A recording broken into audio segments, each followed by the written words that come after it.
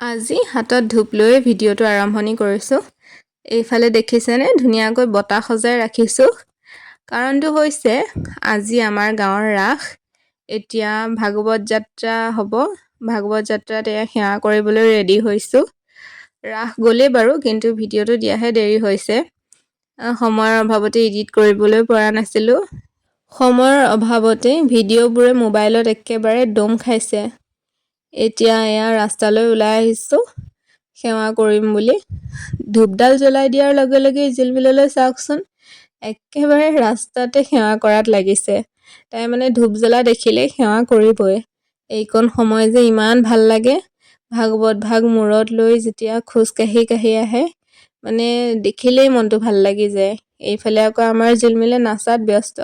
যোৱাবাৰ ৰাসতে কেঁচুৱা হৈ আছিলে, এইবাৰ আকৌ নাচিব পৰাই হ'ল, দেখিছেনে বাৰু?